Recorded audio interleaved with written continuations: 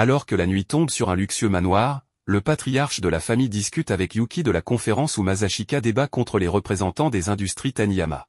L'homme se rappelle que cette fille a rivalisé avec Yuki jusqu'à la fin de l'élection présidentielle à l'école primaire, alors il s'attend à de grandes choses de sa part et non à ce qu'elle se retire en plein milieu du débat. Yuki répond simplement qu'elle doit avoir ses raisons, et l'homme comprend que, quelle qu'elle soit, cela légitime la campagne de Masashika. En tout cas, il rappelle à Yuki qu'elle ne doit pas perdre, peu importe qui sera son adversaire, et la fille acquiesce aux paroles de son grand-père. Il souligne que peut-être elle n'est pas aussi talentueuse que Masashika, mais au moins Yuki comprend qu'avec de grands dons, viennent de grandes responsabilités, des responsabilités dont Masashika s'est éloigné. Né avec des talents incomparables et des privilèges inégalés, il a tout abandonné. Pour cette raison, perdre contre lui est quelque chose qui ne doit jamais arriver. Après cette conversation, la mère de Yuki lui demande si elle est toujours proche de Masashika.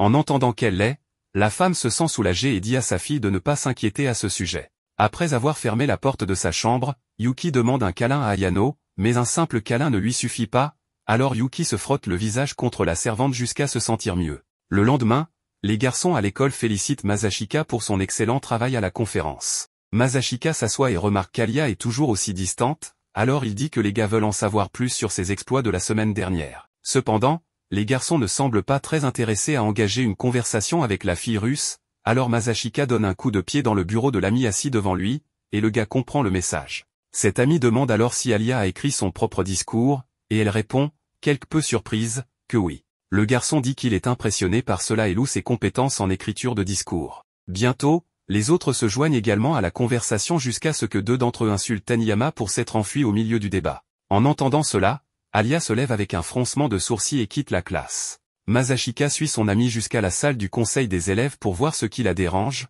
car il semble que le fait que Taniyama soit ridiculisé la bouleverse vraiment. La fille russe se tourne pour défendre son adversaire de débat, mais Masashika l'interrompt en disant qu'ils savent tous les deux pourquoi elle a fait ce qu'elle a fait, et surtout, qu'ils n'ont rien fait de mal. Au contraire, ils ont concouru équitablement, donc il n'est pas nécessaire de se préoccuper de ce que les gens disent ou ne disent pas à propos de Taniyama. Alia comprend ce que son ami veut dire, mais elle sent que ce n'est pas vraiment une victoire, puisque leurs adversaires ont simplement abandonné. Masashika souligne que si le plan est d'aider la fille à se rétablir, cela signifiera que leur victoire à la conférence sera perdue. Cependant, il se gratte la tête et concède que ce qui importe est de faire ce qui est juste. À cela, Alia saisit l'occasion de dire qu'elle a l'intention d'aider Taniyama, et ainsi, elle gagne le soutien de Masashika.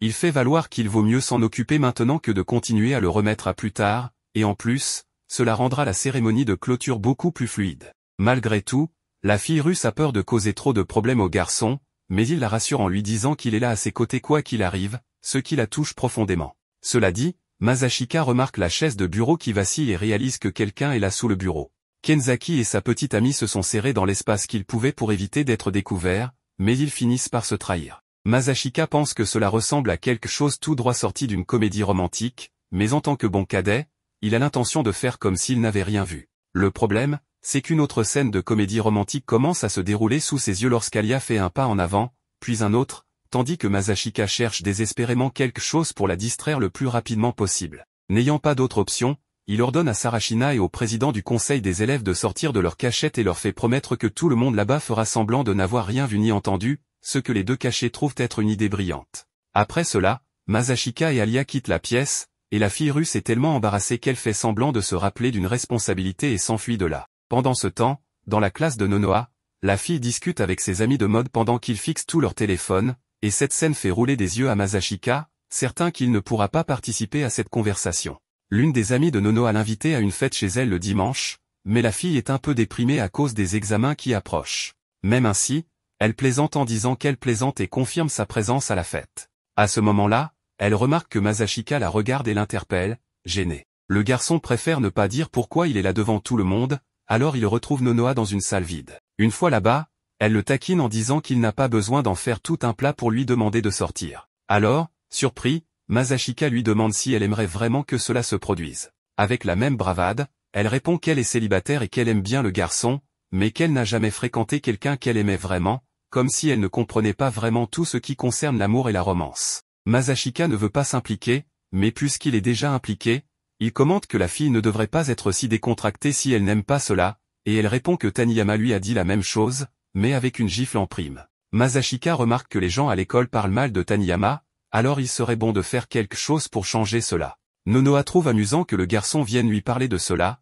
étant donné qu'elle voit les deux comme des ennemis. En fait, elle avoue qu'elle a même infiltré le public. À propos de cela, Masashika est surpris que la fille prenne le risque de perdre ses amitiés comme ça, mais elle répond qu'elle se fiche de perdre toute amitié à part celle de Taniyama. Masashika suppose que des personnes comme Taniyama, qui ont une flamme ardente en elles, doivent être un mystère complet pour Nonoa. Elle ajoute que quelqu'un qui possède une lumière que vous n'avez pas sera toujours attirant. En fait, Nonoa pense que tant elle que Masashika sont des cyniques malheureux accrochés à leur partenaire rayonnant, alors elle plaisante en disant qu'un plan diabolique devrait être concocté dans cette pièce à l'instant. Masashika préfère rester du côté du bien et suggère qu'il propage une rumeur pour justifier la sortie précipitée de Taniyama lors du débat de ce jour-là. Nonoa fait remarquer que cela pourrait jeter un doute sur sa victoire, mais Masashika en est déjà conscient. N'ayant rien à perdre, Nonoa accepte le plan et part sans plus attendre. À ce moment-là, Ayano apparaît dans la pièce avec Yuki, surprenant le garçon. Yuki accuse son frère de se rapprocher de Nonoa, une ennemie, et c'est pour cela qu'ils ont décidé d'espionner la conversation. Ne croyant pas cette histoire, Masashika demande la vraie raison, et la fille révèle qu'elle faisait semblant d'avoir une réunion secrète, sans se rendre compte qu'une véritable réunion secrète aurait lieu. Pour aggraver les choses, Alia apparaît à la porte et voit son colistier discuter avec leurs adversaires, fronçant immédiatement les sourcils. Masashika lui demande de ne pas sauter aux conclusions et, bien qu'Alia prétende que tout va bien, elle part en boudant et en le maudissant en russe.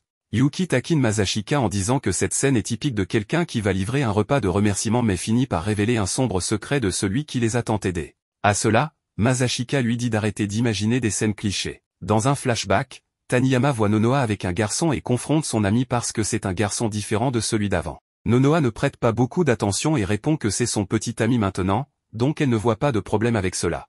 Cependant, Taniyama la gifle en disant que Nonoa se vend trop facilement et qu'elle devrait se valoriser davantage. En se remémorant cela, Nonoa touche son visage en pensant que son ami n'aurait pas dû être si en colère. De retour en classe, la première chose qu'elle fait est de répandre la rumeur auprès de ses camarades de classe, disant que Taniyama a fui le débat parce qu'elle était en colère contre elle après avoir découvert que Nonoa avait planté des espions dans le public. Pendant ce temps, dans une autre classe, Masashika essaie d'expliquer à Alia qu'il a croisé Yuki et Ayano par hasard, mais la Russe ne semble pas le croire, prétendant être heureuse de voir trois amis d'enfance si proches. Lassée du drame, Masashika change de sujet et demande si elle veut étudier avec lui après les cours. Alia demande s'il s'agit d'une blague, ce qui l'offense. Quoi qu'il en soit, il se retrouve dans la salle du conseil des élèves, bien qu'Alia soit assise trop près de Masashika à son goût. Elle lui demande s'il y a un problème, et il répond que non, mais au fond de lui, il est terrifié que quelqu'un les voit si proches. À peine a-t-il dit cela que Yuki et Ayano apparaissent, demandant à étudier avec eux. Alia marmonne en russe qu'elle préfère être seule avec Masashika, ce qui manque de peu de lui provoquer une crise cardiaque. Pendant la séance d'études, Alia remarque que Masashika ne regarde que les solutions aux problèmes au lieu d'apprendre à les résoudre. Yuki et Ayano expliquent que ce gars a toujours étudié de cette façon pour une raison quelconque. Changeant de sujet, il demande à Ayano si elle a des questions et, voyant qu'elle hésite à admettre qu'elle en a, il la rassure en disant qu'il ne se moquera pas d'elle ou quoi que ce soit. D'un autre côté, Ayano aurait préféré que Masashika la gronde dans ce cas et la traite de bon à rien, alors elle est déçue. Alia intervient et demande si les trois sont vraiment des amis d'enfance, car ils semblent encore plus proches que cela. Cependant, avant que la question ne puisse être répondue, Masha entre dans la pièce avec son célèbre thé et le sert à tout le monde. Elle trouve un livre sur l'hypnose et demande à qui il appartient, alors Masashika explique que Sarashina l'a confisqué à quelqu'un l'autre jour. La fille supplie sa sœur de l'hypnotiser, mais Alia l'ignore, alors Masha commence à embêter Masashika, qui ne sait pas comment dire non. Rapidement, il essaie simplement une induction hypnotique sur la fille, lui demandant de se concentrer sur son doigt et répétant qu'elle devient de plus en plus somnolente, et que lorsqu'il applaudira des mains, elle tombera dans un sommeil profond. Après avoir fait cela, la fille s'endort complètement, alors Masashika feuillette rapidement jusqu'à la partie où l'hypnose est annulée. Selon le livre, la personne responsable doit toucher l'épaule de la personne hypnotisée, ce qu'il fait, ramenant Masha à la réalité. Alia ne croit pas que sa sœur dit la vérité, alors Yuki suggère qu'elle soit hypnotisée pour voir par elle-même. Masashika répète le processus et prouve qu'il est déjà devenu un maître de l'hypnose en mettant la Russe à dormir, attrapant même Masha indirectement. Yuki voit le potentiel de malice dans cette situation et suggère un acte d'hypnose plus espiègle, tandis qu'Ayano pense à quelque chose de plus innocent, comme découvrir un secret personnel des deux. Ignorant la suggestion de la servante, Yuki induit les deux filles à devenir de plus en plus aguicheuses, alors elles se lèvent toutes les deux, et Masha tire Alia et Masashika sur ses genoux. Yuki est frustrée car elle ne s'attendait pas à ce que Masha soit celle qui forme un harem, tandis que Masashika demande à partir, mais ne se voit pas autorisée à le faire. Alia se sent mal à l'aise dans ses vêtements et commence à les enlever lentement, suivi de Masha. Masashika tapote l'épaule de la Russe avant que les choses ne dérapent, tandis que sa sœur tapote Masha, mais cela ne fonctionne pas. À ce moment-là, Sarashina ouvre la porte et voit toute la scène, alors Yuki explique rapidement ce qui se passe. Ainsi, Sarashina entre en action et neutralise les filles hypnotisées avec des gifles, les réveillant, puis elle se prépare à battre Masashika pour avoir vu les filles dans un tel état.